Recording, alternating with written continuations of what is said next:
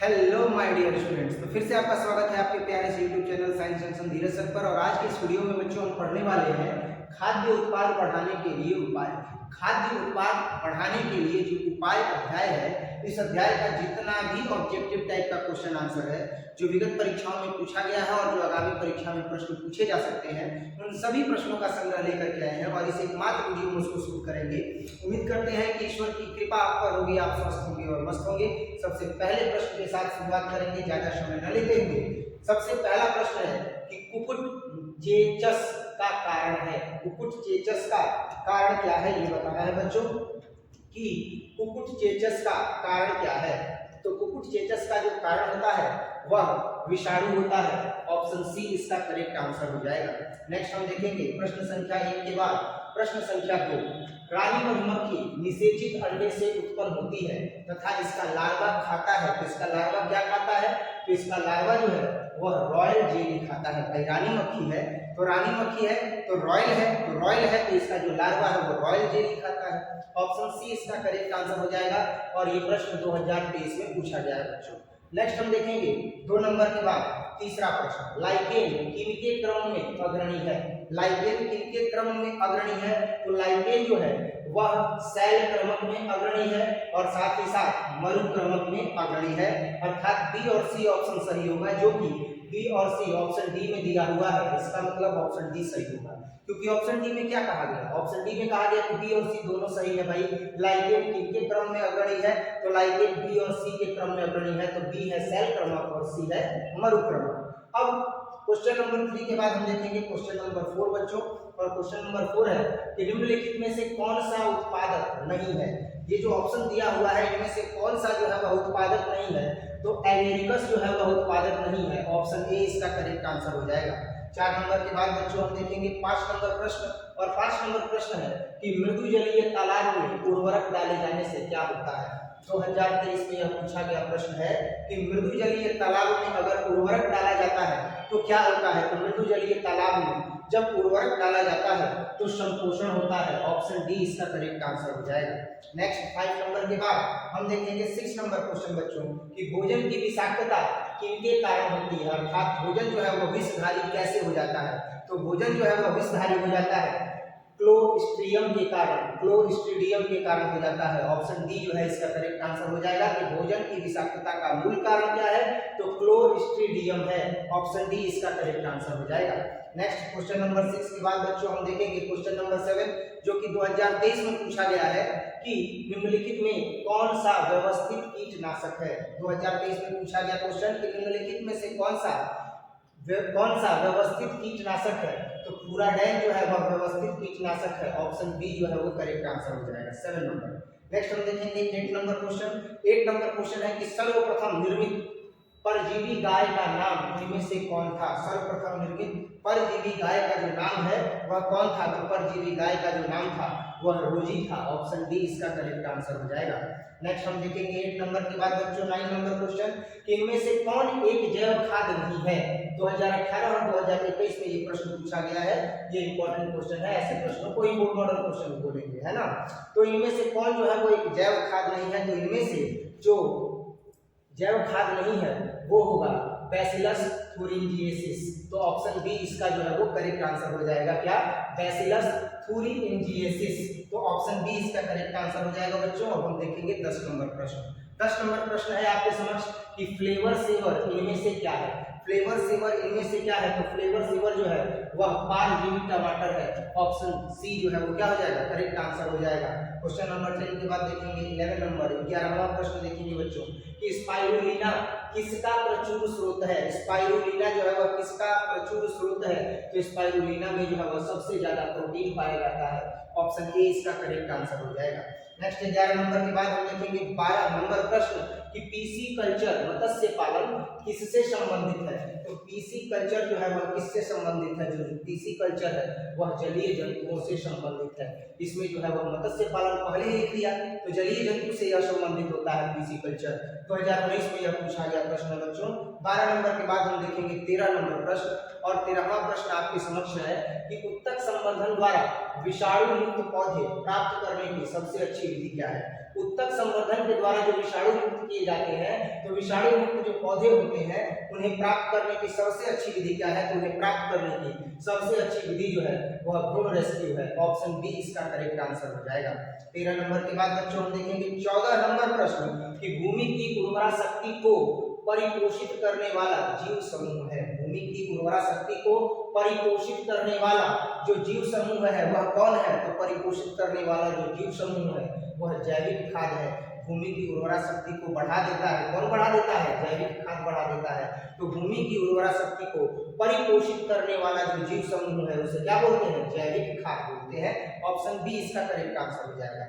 14 number के बाद बच्चों अब हमारे पास है प्रश्न संख्या 15 और प्रश्न संख्या 15 में जो है वह पूछा गया है प्रश्न कि मिट्टी को उपजाऊ बनाने में सहायक कौन है। 2015 में यह पूछा गया प्रश्न है कि मिट्टी को उपजाऊ बनाने में सहायक कौन है। तो मिट्टी को उपजाऊ बनाने में सहायक जो है वह जैविक खाद है। ऑप्शन बी इसका करेक्ट आंसर हो जाएगा।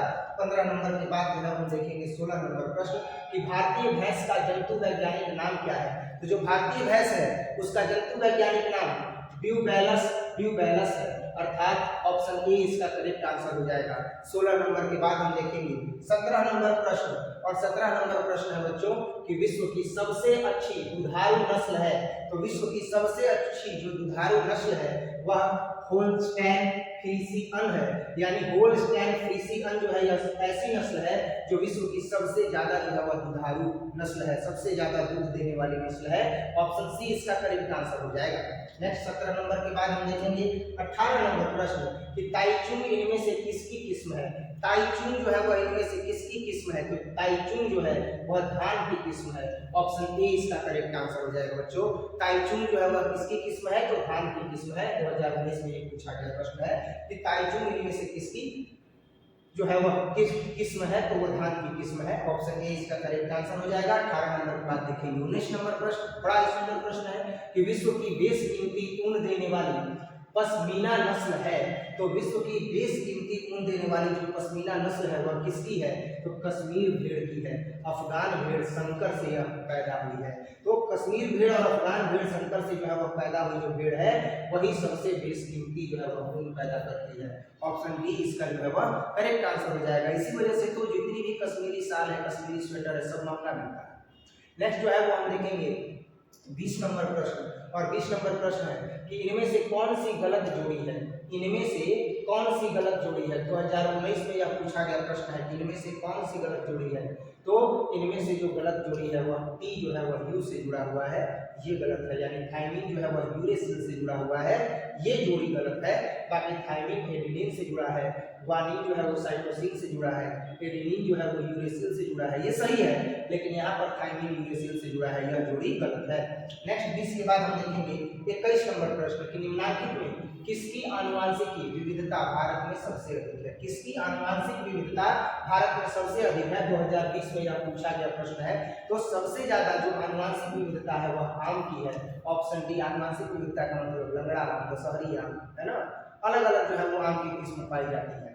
तो ऑप्शन डी इसका करेक्ट हो जाएगा कि आम की आनुवांशिक विविधता भारत में सबसे अधिक है। खूब तरह तरह प्रकार का जो है वह आम मिलता है, आनुवांशिक विविधताओं वाला आम मिलता है। 21 नंबर के बाद हम देखेंगे 22 नंबर प्रश्न बच्चों और 22 नंबर जो प्रश्न है वो आपके समक्ष है कि निम्न में से कौन सा एक कुकुट रोग है। ये जो आप ऑप्शन देख रहे हैं एंथ्रेक्स, रानीखेत रोग, पेब्राइन रोग, मुंहपका खुरपका रोग, इनमें से कौन सा जो एक रोग है वह कुकुट रोग है। तो वह जो है वो रानीखेत रोग है। ऑप्शन सी इसका करेक्ट आंसर हो जाएगा।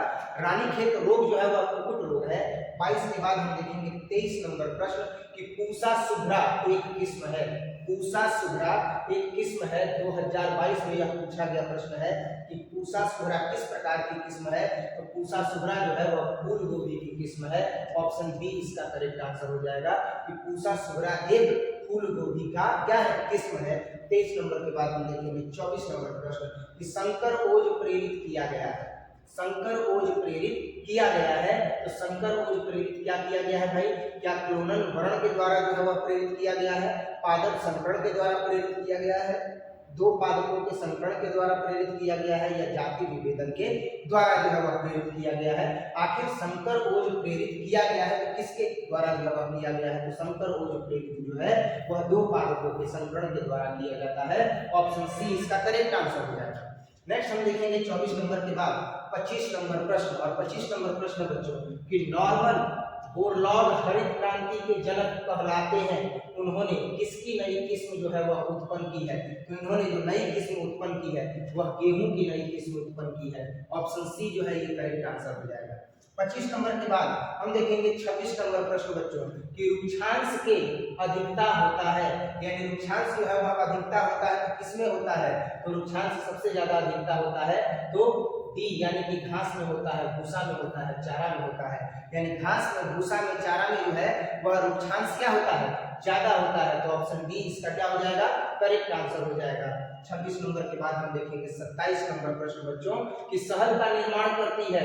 2015 और 2021 में यह पूछा गया प्रश्न है कि शहद का निर्माण कौन करती है, तो शहद का निर्माण कार्यकर्ता या सेवक मधुमक्खी करती है, रानी मधुमक्खी नहीं करती है, वो तो छत्ते में रहती है। तो ऑप्शन बी इसका करेक्ट आंसर हो जाएगा।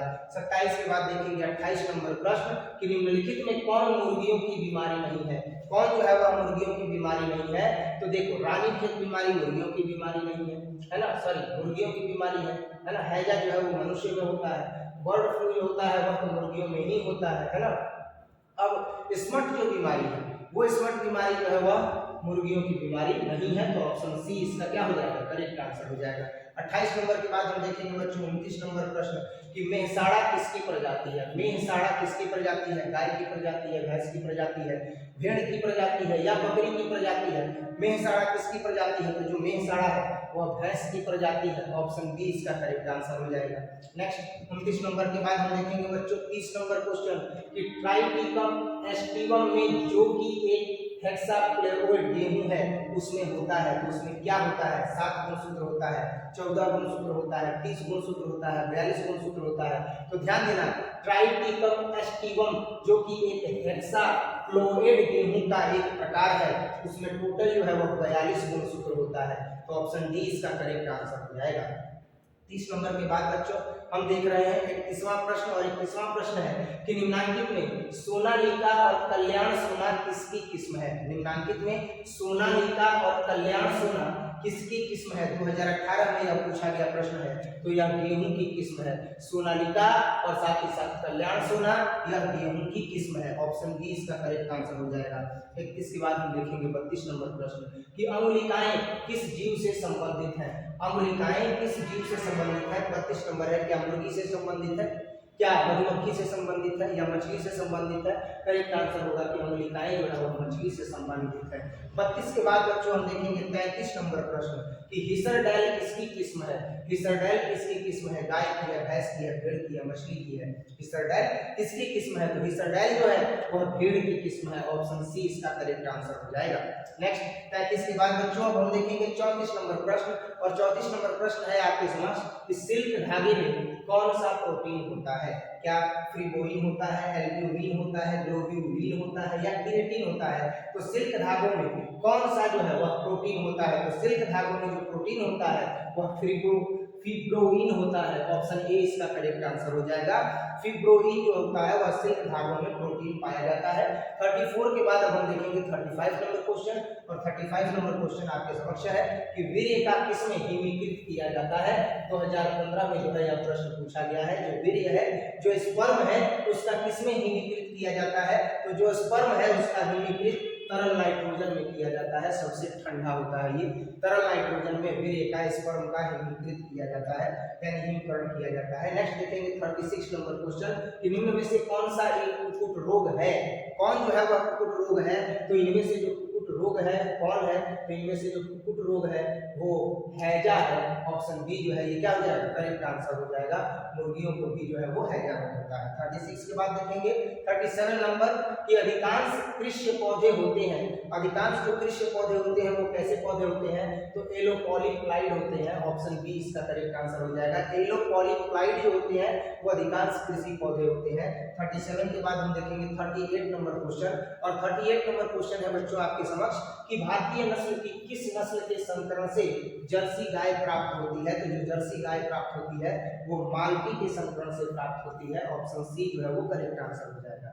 38 के बाद बच्चों हम देखेंगे 39 नंबर क्वेश्चन कि गोल्डन सुनहरा धान में कौन सा विटामिन पाया जाता है। 2011 में जो है वो पूछा गया प्रश्न है। तो गोल्डन सुनहरा धान में जो विटामिन पाया जाता है वह क्या पाया जाता है, तो ए पाया जाता है। तो ऑप्शन बी इसका करेक्ट आंसर हो जाएगा कि गोल्डन सुनहरा धान में विटामिन ए पाया जाता है।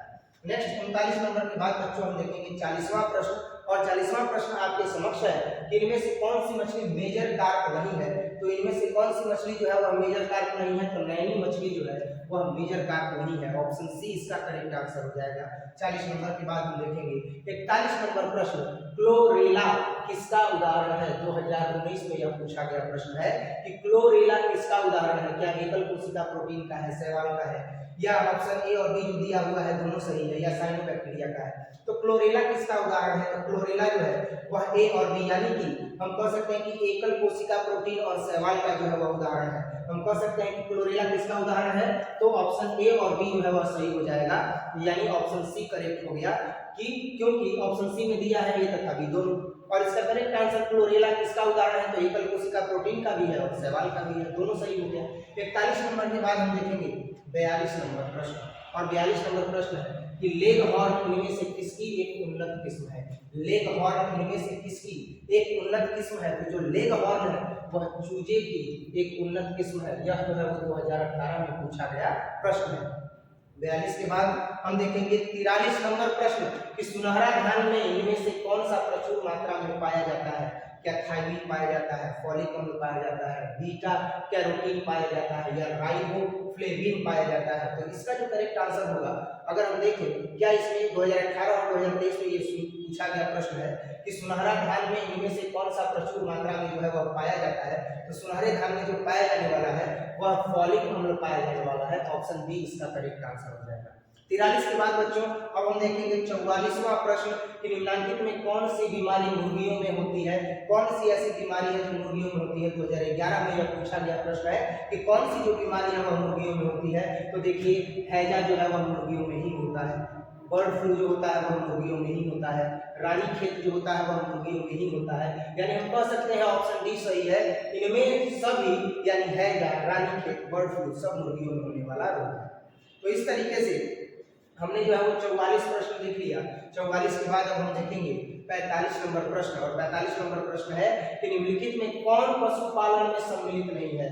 2021 में यह पूछा गया प्रश्न है कि कौन जो है वह पशुपालन में सम्मिलित नहीं है। तो मत्स्यिकी पशुपालन में सम्मिलित है, मधुमक्खी पालन पशुपालन में संबंधित है, कुक्कुट पालन पशुपालन में संबंधित है, कार्बनिक खेती जो है वह पशुपालन में संबंधित नहीं है। ऑप्शन डी इसका सही हो जाएगा। ऑप्शन डी बच्चों इसका करेक्ट हो जाएगा। 45 के बाद हम देखेंगे 46 नंबर प्रश्न कि लाइसिन युक्त शक्ति रेटेन तथा प्रोटीन किसकी किसमें है। यानी लाइसिन युक्त शक्ति रेटेन तथा प्रोटीन किसकी किसमें है। क्या चावल में है, मक्का में है, या कपास में है, किसमें है। तो इसका जो करेक्ट आंसर होगा वो होगा मक्का।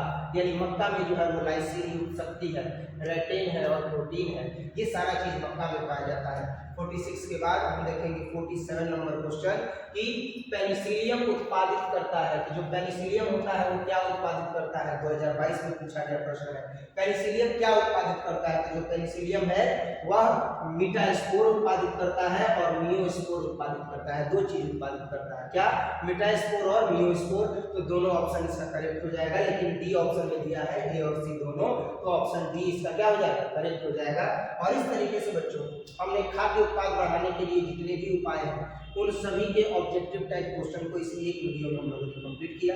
उम्मीद करते हैं कि आपको ये वीडियो जो है वो काफी अच्छे तरीके से समझ में आया होगा, और अगर ये वीडियो आपको अच्छा लगा हो तो वीडियो को लाइक जरूर कीजिएगा। हम इसी तरह से आपके लिए बेस्ट कंटेंट लेकर के आते रहेंगे। उम्मीद करते हैं आपका और हमारे साथ एग्जाम तक नहीं आजीवन बना रहेगा। मिलते हैं अगले वीडियो में, तब तक के लिए जय हिंद।